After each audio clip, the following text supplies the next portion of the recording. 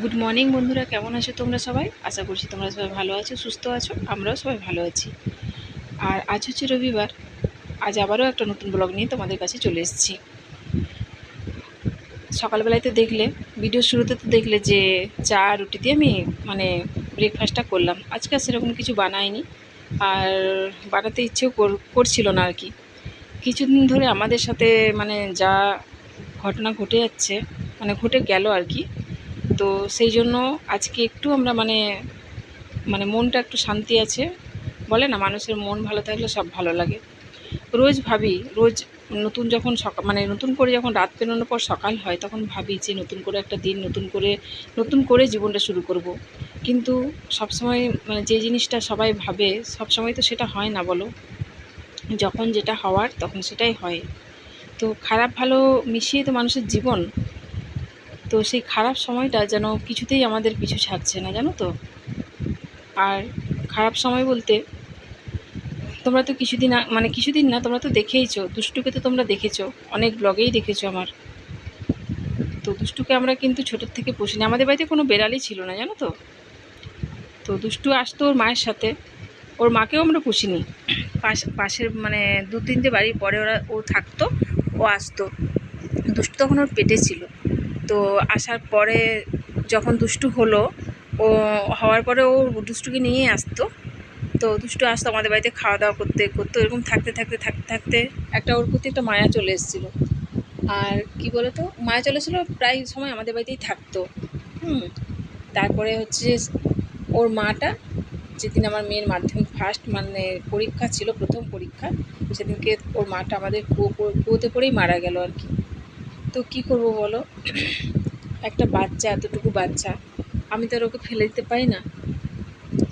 তো সেই কারণে সেই তখন থেকে যে আমাদের বাড়িতে ও থাকলো, একদম নিজের কি বলবো, আমার যে সন্তান, ওই সন্তানের মতোই ও আমাদের বাড়িতে থাকে। ওর জন্যে বাড়িতে মাছ, দুধ, আমরা তো দুধের চা বেশি খাই না, কিন্তু এখন দুষ্টুর জন্য আমাদের খাওয়া হয়ে যাচ্ছে, কারণ ওর জন্য সব দিন দুধ আসছে। আর জানো তো, মানুষের লোভ জিনিসটা খুব খারাপ। দুধ চা খাওয়া ভালো না, কিন্তু কি করব, খাওয়া হয়ে যায়। তো যেটা বলছিলাম, দুষ্টু হঠাৎ করে 2-3 দিন আগে, রাতে, কোনো দিন এরকম করে না তো ওকে তো আমরা বেঁধে রাখি না। আর ওকে স্বাধীনভাবেই আমরা খোলামেলাভাবেই ওকে আমরা কী বলবো, পোষ মানিয়েছি, ওকে সব কিছু শিখিয়েছি। তো 2-3 দিন আগে হঠাৎ করে ও রাতে বেরিয়েছে, আর বাড়ি আসেনি। তো আমরা ভাবলাম হয়তো ঘুরছে আসবে, আসেনি। তারপরের দিনও বিকেল পর্যন্ত আসেনি। তখন আমাদের এতটি চিন্তা হচ্ছে যে ও কোনো দিন রাতে তো বাইরে থাকে না, কি হলো, হয়তো কেউ ধরে নিয়ে চলে গেল,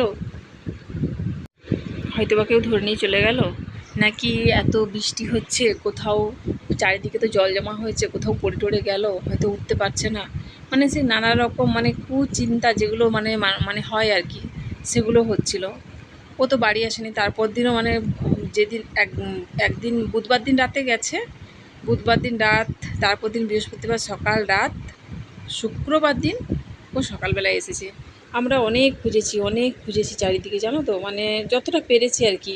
এবারে ও তো কোথাও যায়নি না সেরকম, যে কোথাও জানি সেরকম জায়গায় যে খুঁজবো, যেদিকে পারছি সেদিকে খুঁজছি, খুঁজে তো পাইনি। পরেশান হয়ে শুধু ঠাকুরকে জানিয়েছি, ঠাকুর ও যেখানেই থাক যেমন ভালো থাকে।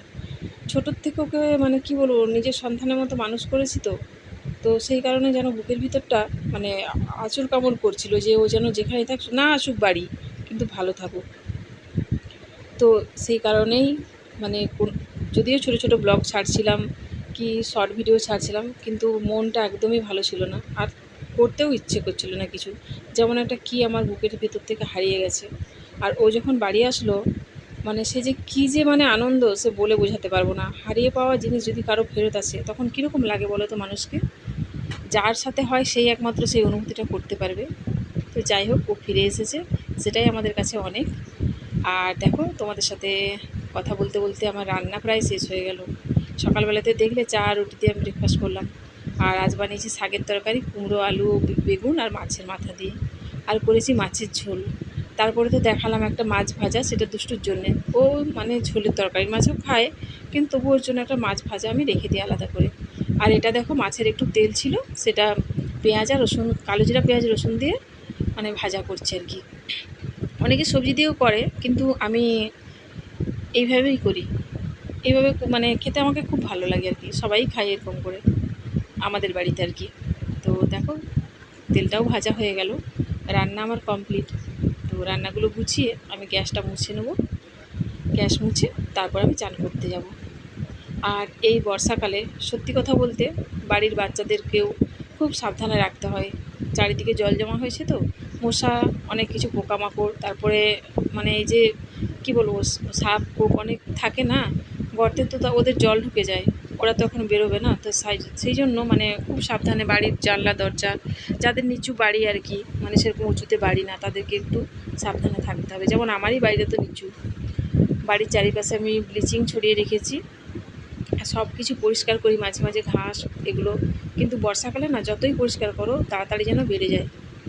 আর দেখো, তোমাদের সাথে কথা বলতে বলতে আমার রান্নাও হয়ে গেল আর গ্যাস মোছাও হয়ে গেল। রান্নার পরে আমি এভাবেই গ্যাসটা মুছে নিই। কেন কি বলো তো, ঘুম থেকে ওঠার পর কোনো মানে কিছু সময় মনে হয়, কোনো সময় আর কি, হয়তো একটু চা করে খেলাম, কি একটু টিফিন বানালাম কোনো সময় বিকেলের, তো সেটা তখন ভালো লাগে। আর গ্যাস নোংরা হয়ে থাকলে না ভালো লাগে না। আর এদিকে দেখো, সবার খাওয়া হয়ে গেছে, আমি চান সেরে চলে এসেছি, আমার গোবরও খাওয়া হয়ে গেছে, আর এটা হচ্ছে আমার থালা। তো চলো, আজকের মতো ব্লগটা আমি এখানেই শেষ করছি, আবার দেখাবে অন্য একটা ব্লগে।